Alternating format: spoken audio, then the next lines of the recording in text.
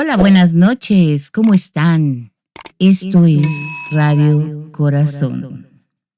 A quien no me conoce, soy Judith Solís. En esta ocasión les voy a platicar del paso de los dioses por la tierra.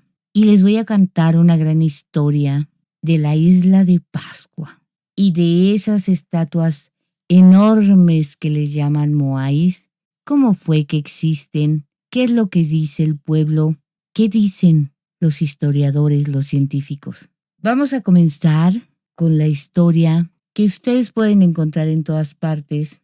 La isla de Pascua es una isla de Chile perteneciente a la región de Valparaíso, ubicada en la Polinesia Oceanía, en medio del Océano Pacífico, a 3.700 kilómetros de caldera. Tiene una superficie de 163 kilómetros cuadrados, lo que la convierte en la mayor de las islas del llamado Chile insular, y una población de 7.750 habitantes, concentrados en Hangaroa, capital, y único poblado existente en la isla. La tierra habitada más cercana es el territorio británico de las islas Pitcairn, a unos 2.000 kilómetros al oeste. Es la isla no antártica más meridional del Océano Pacífico Oriental. La isla es uno de los principales destinos turísticos del país debido a su naturaleza y la cultura ancestral de la etnia Rapa Nui, cuyo más notable vestigio corresponde a enormes estatuas antropomorfas conocidas como moai. Para preservar dichas características, el pueblo Rapa Nui administra desde el 2016 el Parque Nacional Rapa Nui a través de la comunidad indígena Polinesia Maugenua, mientras que la UNESCO declaró el parque como Patrimonio de la Humanidad en 1995. Pues esta en general es la historia que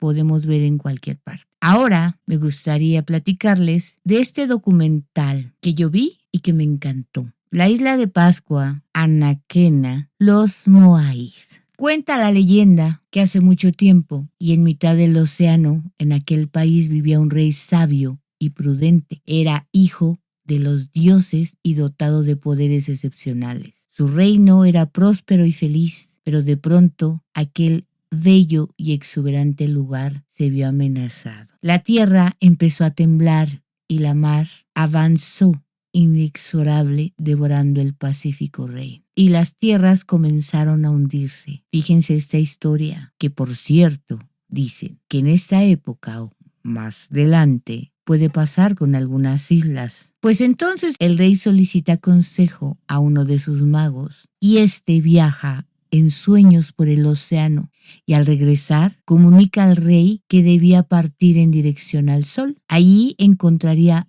una nueva patria y el rey envió 7 exploradores. Al poco tiempo, aquellos hombres confirmaron la visión del mago. El rey entonces se hizo a la mar con todo su pueblo. Fue a Anaquena donde el rey sabio y prudente desembarcó por primera vez. Y con él llegó también el primer moai. Así es, cuenta la historia que el rey fue el que llevó la primera estatua. ¿Y por qué? Porque era el símbolo que representaba Pascua. Bueno, es más bien, ahora es el símbolo que representa Pascua. Mucho se ha escrito y difundido sobre estas colosales estatuas y el pueblo que las levantó. Sin embargo, toda esa bibliografía, según el investigador, de 2.000 volúmenes o más, no ha resuelto las grandes incógnitas que envuelven todavía a estas estatuas. Él menciona que el rey le puso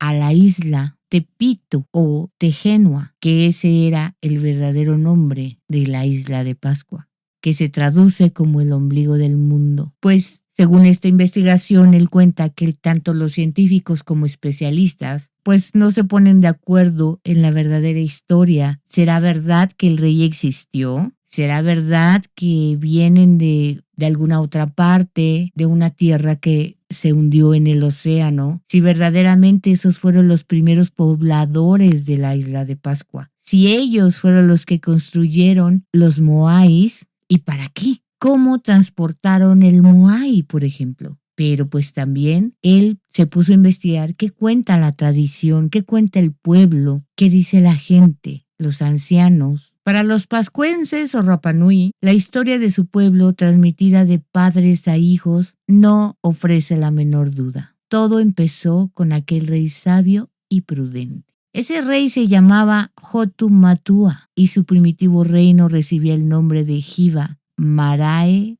Renga. Allí vivía feliz en compañía de su esposa Vakae Ajeva, pero un día Hiva comenzó a hundirse y cuenta la tradición que aquellas tierras fueron tragadas por el mar a razón de 40 centímetros por año. El joven rey Wariki, desesperado, envió diferentes expediciones a la búsqueda de nuevas tierras, pero todas se hallaban pobladas. Fue entonces cuando el mago, del que ya les había comentado, Haumaka, tuvo la visión de una isla situada hacia el este. En sueños, el gran dios Makemake lo trasladó hacia 3 islotes que se alzaban muy cerca de una isla deshabitada. Haumaka recorrió el lugar y regresó a Hiva, anunciando la buena nueva a Hotumatua. Al día siguiente, 7 exploradores partieron hacia el nacimiento del sol. Alcanzaron la isla y descubrieron las pisadas de Haumaka en las rocas de uno de los volcanes. Al regresar a Hiva, los exploradores intentaron persuadir al rey para que olvidara aquella isla. Se trataba de un lugar pedregoso, casi sin vegetación y azotado por vientos, pero Hotumatua, confiando en su dios, zarpó de Hiva en 2 grandes canoas. En una viajaba el rey con 300 hombres seleccionados, en la otra la reina con las mujeres, y con ellos semillas, animales, un moai y la historia de Hiva. Esta historia se cuenta que venía escrita en 69 tablillas de madera, unas tablillas grabadas con signos que solo podían leer los sacerdotes e iniciados.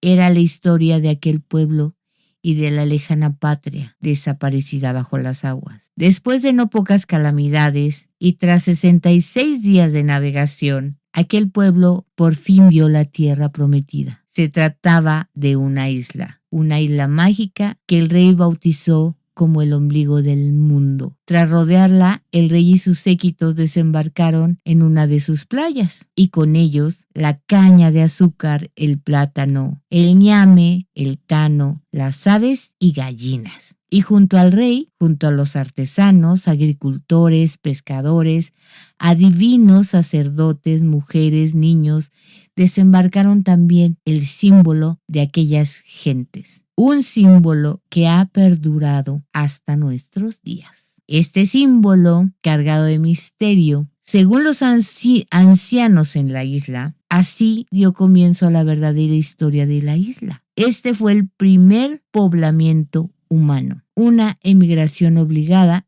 que se remonta quizás al siglo V. Los Rapanuis establecen esta fecha basándose en la lista de reyes que sucedieron al mítico Hotumatua y que conservan con nitidez en la memoria colectiva. En total, dicen, la isla ha sido gobernada por 64 arikis, con una duración media de 25 años por reinado. Este cálculo nos situaría alrededor del año 400 después de Cristo. Algunos especialistas, sin embargo, fijan el desembarco de Hotumatua y los Hanau Momoko o gente delgada en una época más reciente. Pues bueno, según el autor de esta documental dice que en lo que coinciden los científicos y Rapanuis es en el hecho de que la isla se hallaba despoblada cuando Hotumatua la pisó por primera vez. Y no es de extrañar dadas las enormes distancias que la separan de las costas más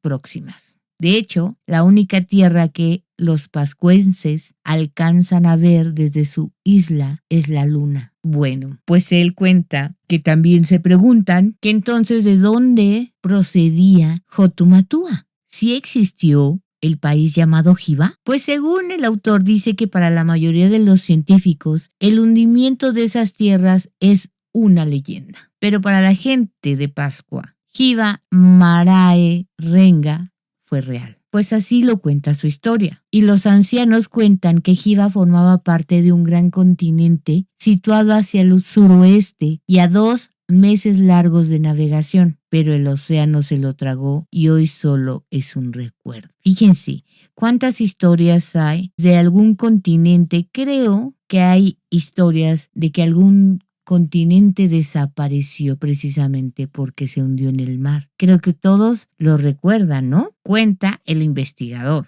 el señor J.J. Benítez, que los Rapa Nui, agradecidos por su investigación, fueron a revelarle un secreto que según ellos confirmaría lo que habían recibido por tradición oral. Según esta información, en la isla de Pascua existe un punto que señala directamente a Hiva, a la antigua patria, posible construcción del siglo VI. Al oeste de la isla se alza un grupo de moais, conocido entre los isleños como los 7 exploradores. Los Rapa Nui aseguran que fueron levantados en memoria de aquellos 7 audaces súbditos de Hotumatua, enviados por el rey para confirmar el sueño del mago. ¿Sí se acuerdan de la historia que envió a 7 exploradores? Pues esos son los que ellos se refieren. Curiosamente, son los únicos moais que miran al mar. Estos 7 moais apuntan directamente al lugar donde, según la tradición, se hallaba Hiva, en las proximidades de Nueva Zelanda, exactamente en el rumbo 254. Él se pregunta si esto era casualidad. Pues bueno, el investigador dice que para la ciencia, aquella primera oleada humana que llegó a Pascua tuvo que proceder de algún punto más cercano, y algunos señalan las Islas Marquesas al noroeste. Otros incluso aseguran que Hotumatua y su gente pudieron navegar desde las costas del Perú o de la India, pero la tradición de los pascuenses lo niegan. Hiva, dicen, era parte de un continente que ocupaba una gran extensión en el Pacífico Sur e inevitablemente surge la sombra de otra leyenda. Y aquí es donde J.J. Benítez se pregunta que si los Rapa Nui se referían al continente desaparecido que les comenté. ¿Será? Lo cierto es que Hotumatua y los primeros pobladores del ombligo del mundo, pues llegaran de donde llegaran, ellos trajeron consigo una cultura tan esmerada como desconcertante. Ahora, la isla de Pascua es identificada por sus moais. Sin embargo, aquel rey y aquellas gentes delgadas eran portadores también de otros secretos y extraordinarios conocimientos. Así es, no solo las estatuas es lo increíble de Pascua, sino una sabiduría incomprensible para aquel remoto siglo V. Y otra vez vemos los conocimientos que tenía la gente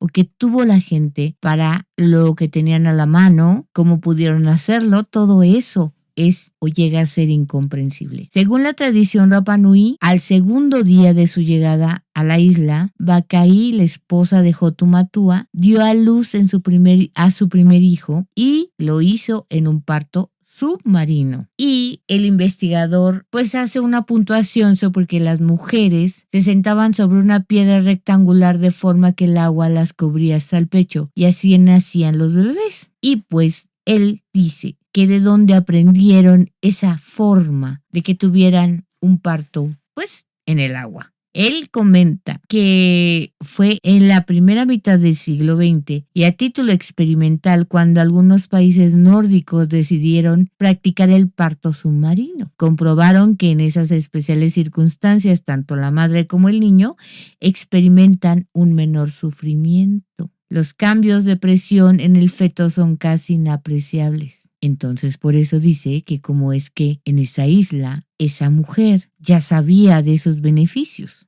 Con la llegada a Pascua de la civilización, o debería decir de la supuesta civilización, esta ancestral costumbre se perdió. Así es. También se perdería otro ritual igualmente insólito que según la tradición procedía de Hiva. Las embarazadas eran trasladadas a la ciudadela sagrada de Orongo. Una vez allí, los sacerdotes recogían el líquido amniótico siendo utilizado por reyes y reinas para el cuidado de la piel, escuchen bien, y en las ceremonias de fertilización de la tierra. Y ustedes saben que no tiene mucho que se utiliza el líquido amniótico pues precisamente para el cuidado de la piel. pero eso se empezó a ver hace poco. Y ahí es donde pues se preguntan que aquella cultura era sabia, ¿no? Más de lo que se imaginan. Pascua es una isla de origen volcánico, con un terreno hostil pedregoso, casi permanentemente azotada por los vientos y con un manto vegetal de apenas 50 centímetros. O sea, realmente no había grandes árboles. Pues a la fecha, pues sigue igual. Sin embargo, aquel rey sabio y prudente consiguió el milagro en Pascua. Floreció la caña de azúcar, el ñame, el plátano, el taro y el camote. Y pues él se pregunta,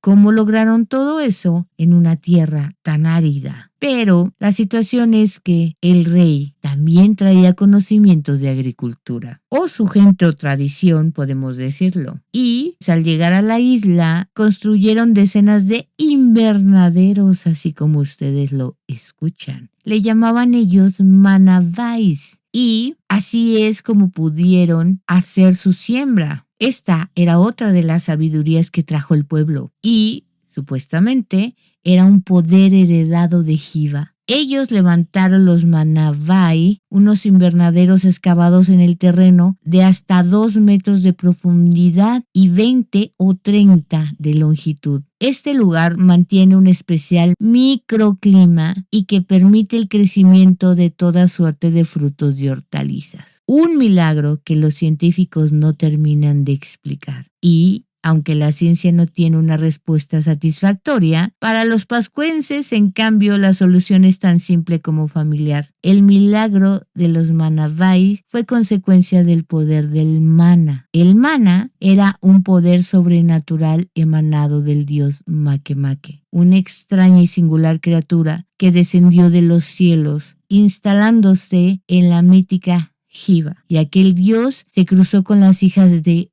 los hombres. Escuchen bien, que esta historia como que se repite, ¿no? Pero eso es importante porque aquí es donde se supuestamente aprendieron esas cosas, trajeron ese conocimiento. Y de ahí nacieron los viejos héroes y los reyes, y todos ellos disfrutaron del primitivo poder del dios, el mana. Una historia, dice el autor de este documental, que pues es sobradamente conocida en otras culturas. Y van a ver por qué. Porque cuenta la tradición Rapa Nui que ese mana heredado de padres a hijos fue utilizado por reyes y sacerdotes en beneficio del pueblo. El poder era como una fuerza, como una energía que modificaba personas y cosas. Cuando el rey extendía sus manos hacia el mar, peces y tortugas se multiplicaban, abasteciendo así sus súbditos. Cuando el ariqui tocaba semillas o plantas, las cosechas prosperaban. Cuando lo hacía con los animales, la fuerza del mana los engordaba, acelerando la reproducción.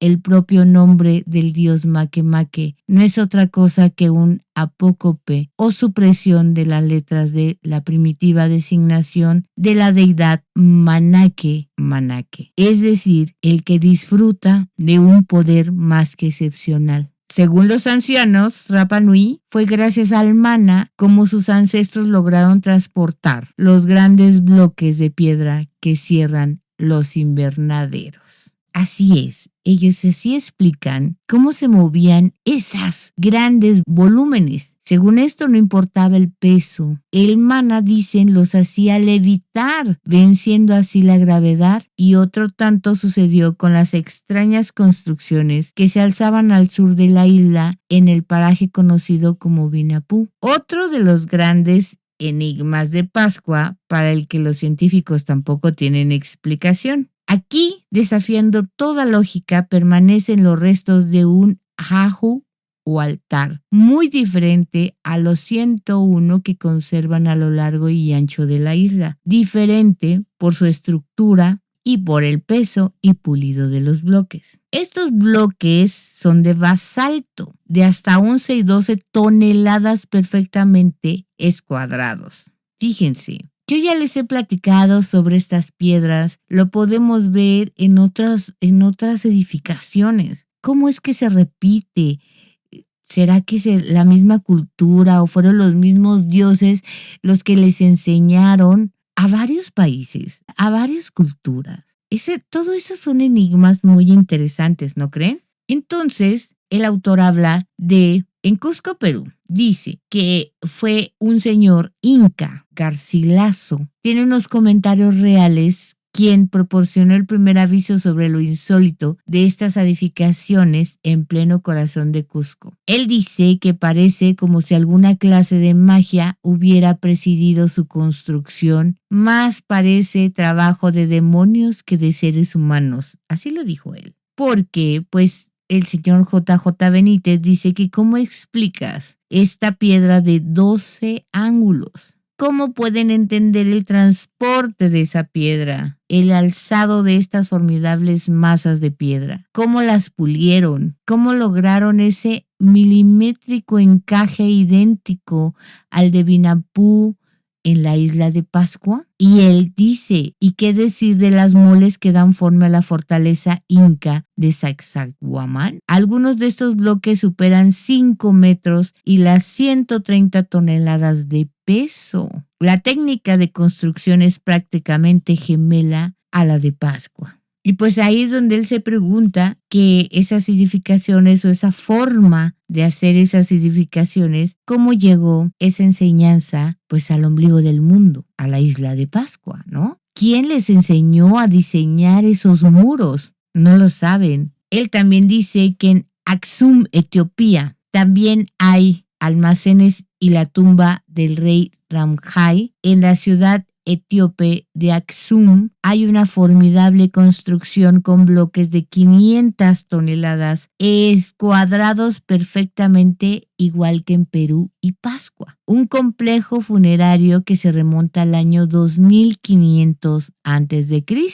Fíjense, pero la sorpresa y el desconcierto se ven nuevamente superados cuando uno acierta a caminar, pues obviamente por Giza. Y pues no podemos olvidar lo que ya les platiqué sobre las pirámides de Egipto, al pie de la Esfinge y también las construcciones de Pascua, Perú, Etiopía. Ese tipo de construcciones, fíjense qué tan lejos están de cada una. ¿Quién les enseñó para hacer estas edificaciones que se parecen tanto?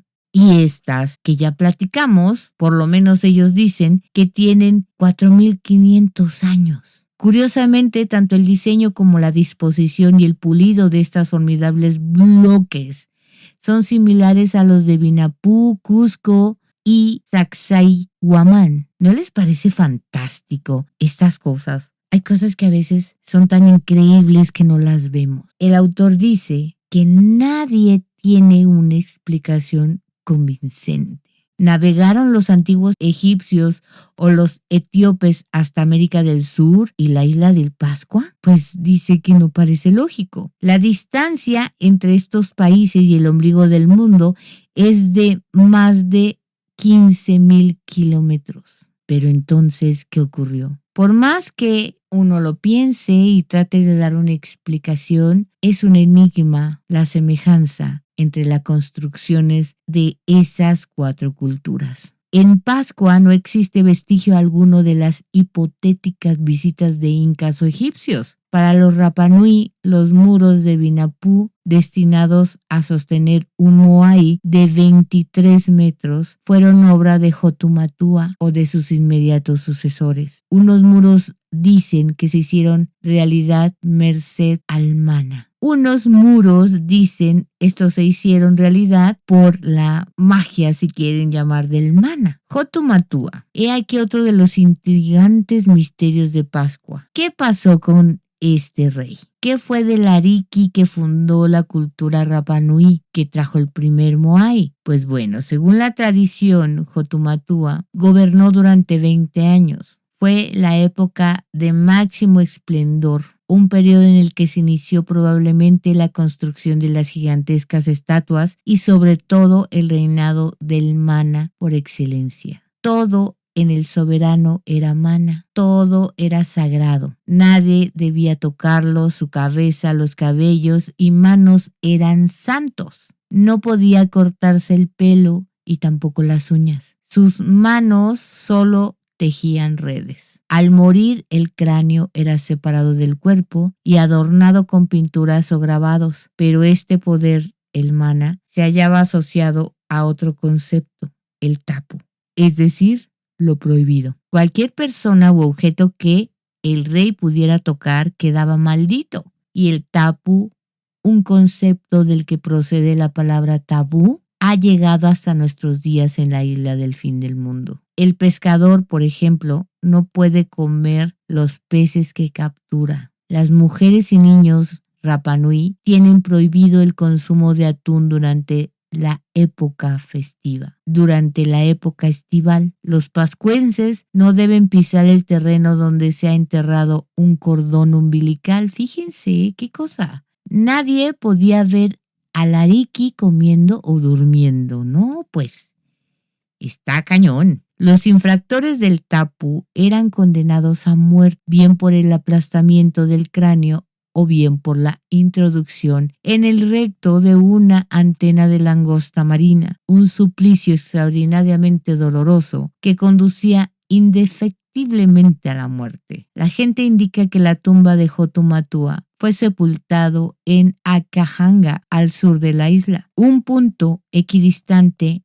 de todas las tribus. Su cabeza fue arrojada al mar para que regresara a Jiva. Hoy, Akahanga es sagrado. Los Rapa Nui, celosos de sus tradiciones, no han marcado la tumba, no indican dónde está, porque dicen que no quieren intromisiones. Hotumatua trajo consigo el primer moai, así dice la tradición, pero en la actualidad nadie tiene memoria de cuál fue la primera pieza. Tal vez ya fue destruida. Según la arqueología, en Pascua han sido catalogados alrededor de 1000 moais. 400 se hallan enterrados o sumergidos en las aguas que rodean las islas. El resto se alza sobre un total de 101 aús o altares estratégicamente repartidos por el interior y sobre todo por el perímetro costero. Es mucho lo que se ha dicho y escrito sobre el símbolo por excelencia de Pascua. Y a decir verdad, son muchos también los infundios y despropósitos que giran en torno a estas colosales estatuas. Y aquí es donde se preguntan si fueron hechas por los extraterrestres. JJ Benítez se preguntaba si Hotumatua y su gente venían de la Atlántida. ¿Se acuerdan? De este continente que se habla que desapareció. Pues no se sabe. Los moais encierran aún algunos misterios, pero en opinión de JJ Benítez, pues no tienen que ver con gente extraterrestre. Y esto lo dice porque, bueno, en realidad no tiene que ver con gente extraterrestre de la construcción de los moais, ¿no? Eso es a lo que se refiere. Porque dice que al este de la isla, en las faldas de un viejo volcán, el Rano Raraku, ahí se han contabilizado 396 estatuas, muchas terminadas y otras en fase de ejecución. Allí le llaman la cantera de los moais. Se han encontrado los toki, las rústicas herramientas de basalto con las que se labraban. Los moais son de obra humana. Otra cuestión es por qué o para qué los hicieron. Pero lo más importante que yo creo que se preguntan es cómo los transportaban hacia el lugar donde había varios, ¿no? Pues para los científicos, dicen, en realidad se pueden imaginar muchas cosas. Pero para los pascuenses, dicen que la finalidad de estos colosos de piedra está muy clara. Ellos dicen que se trataba de la representación de reyes o personajes notables de la comunidad. Pues sí, como hacer un mausoleo, ¿no? La estatua era trabajada en cantera. Una vez concluida, se dejaba deslizar por la pendiente y encajada en una fosa. Allí se remataba la espalda y se esperaba a que el propietario falleciera. Cuando esto ocurría, el moai era trasladado al lugar elegido y alzado sobre el aú o altar. Era entonces cuando los artesanos procedían a la fase culminante. Abrían las cuencas oculares y ponían unos ojos de coral blanco con pupilas de escoria roja. Y esa mirada terrorífica era la señal. El difunto tomaba posesión del moai y su poder, el mana, se difundía a través de dicha mirada. Y el mana alcanzaba así a todos sus súbditos y familiares. Por eso, la casi totalidad de las estatuas mira al interior de la isla. Y en ocasiones, según la categoría del difunto, los moais eran adornados también con los pukao, una suerte de moño o sombrero elaborado con escoria roja y que según los Rapa Nui constituía el emblema del nuevo hombre dios. Y ahí, justamente en el proceso de traslado del moai, desde la cantera del Rano Raraku hasta su definitivo asentamiento, aparece ahí el gran misterio. ¿Cómo los transportaron? ¿Por qué creen que preguntamos esto? Pues porque los moais en promedio medían 4 metros, con un peso aproximado de 20 o 30 toneladas.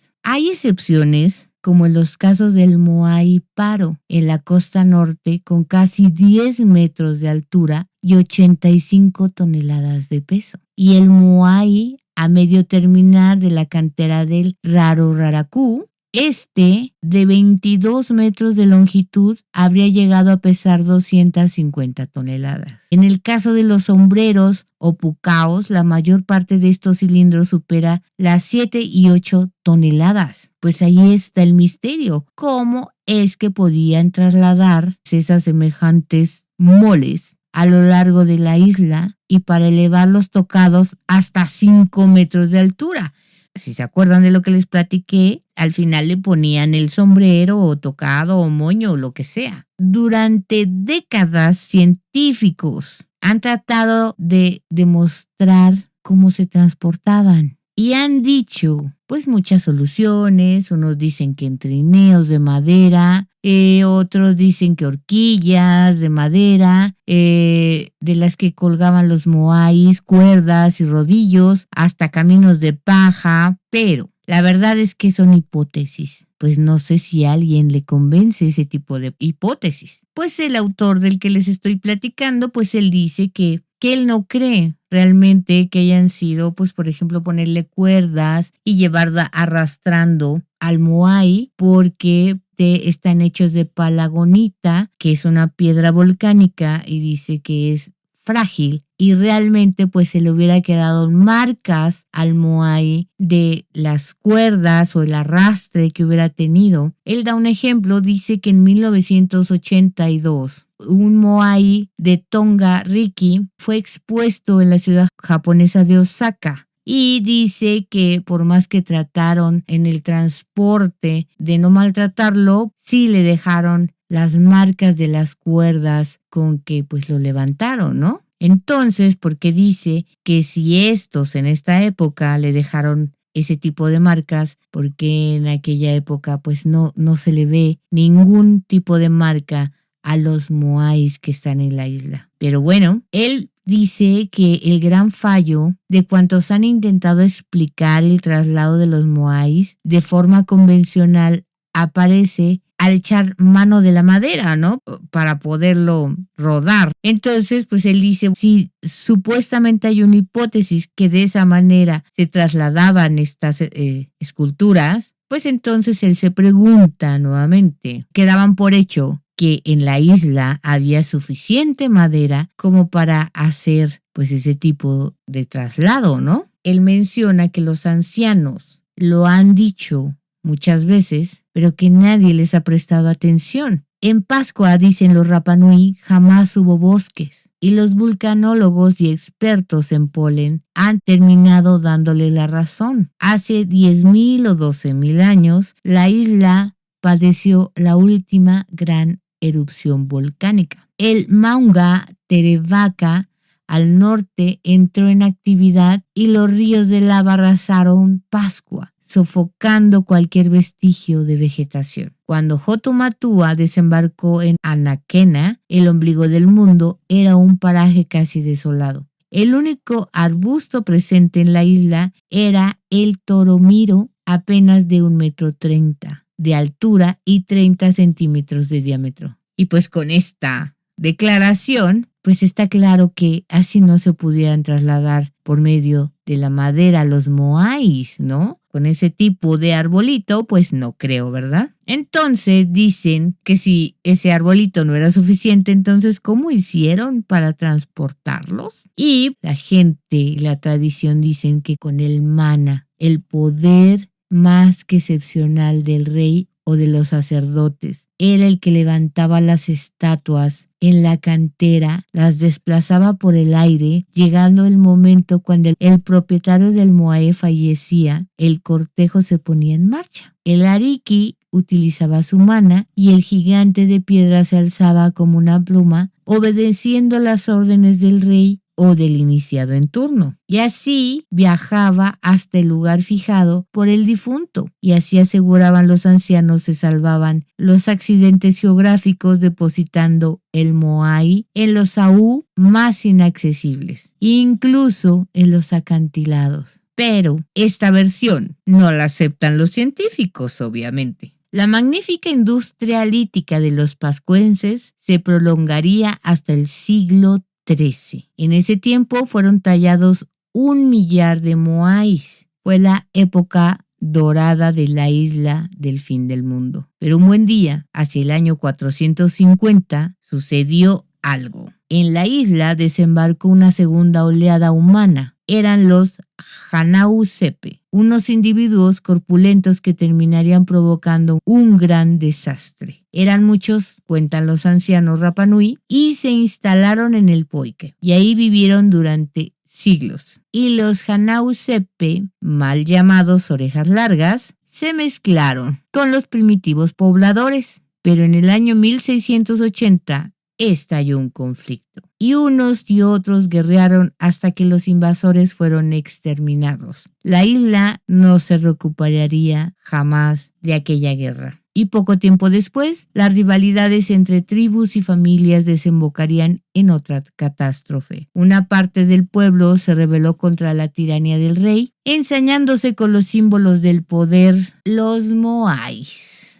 Y muchas de las estatuas fueron derribadas y así han permanecido hasta hoy. Fue el final de los colosos de piedra y del mana. Desde entonces, los moais son solo un recuerdo. Pero la desgracia de la isla del fin del mundo no terminaría ahí. A partir de 1722, un hombre blanco entra en contacto con los Rapanui y durante un siglo, casi un centenar de buques arriba a las costas de Pascua. Y con ellos, la codicia, las enfermedades, la muerte y la esclavitud. En 1862, 7 barcos peruanos atracan frente a la isla y capturan 1 millar de pascuenses. Todos ellos son trasladados a las islas Chincha y al interior del Perú, donde trabajan como esclavos. En 1877, Pascua se encuentra al borde del colapso. La población suma 111 personas. Y con el destierro y la esclavitud de los pascuenses, se registra otro suceso no menos lamentable. Junto al millar de isleños capturados en 1877, se encuentra el rey Caimacoy y la mayoría de los sabios y sacerdotes de la vieja cultura Rapanui. Todos mueren en las guaneras peruanas, perdiéndose así otro gran tesoro, el secreto de las tablillas Rongo Rongo. Cuenta la tradición que fue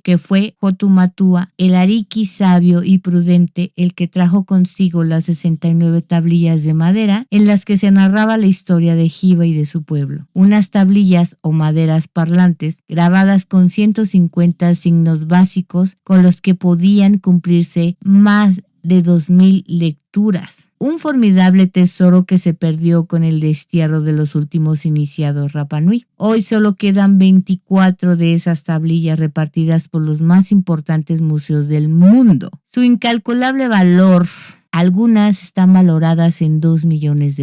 Fíjense nada más. Aquí, sin duda, se explica mucho de los enigmas que todavía envuelven Pascua. Aquí, según los ancianos Rapanui, estos extraños símbolos, se habla también del mana y del singular y poderoso dios Make Make. la criatura que bajó del cielo. Es probable que nunca alcancemos a saber los misterios de Pascua. Pascua sigue conservando la huella y la magia de aquel tiempo y de aquellos hombres, y eso es lo importante. Pascua hoy es una puerta abierta a la imaginación, a los sueños, la puerta más sagrada y benéfica con la que todavía cuenta el ser humano. Y esta es la historia de la isla de Pascua. Espero que les haya gustado. Si te gustó, regálame un like, déjame tus hermosos comentarios, suscríbete a mi canal y nos vemos muy pronto. Adiós.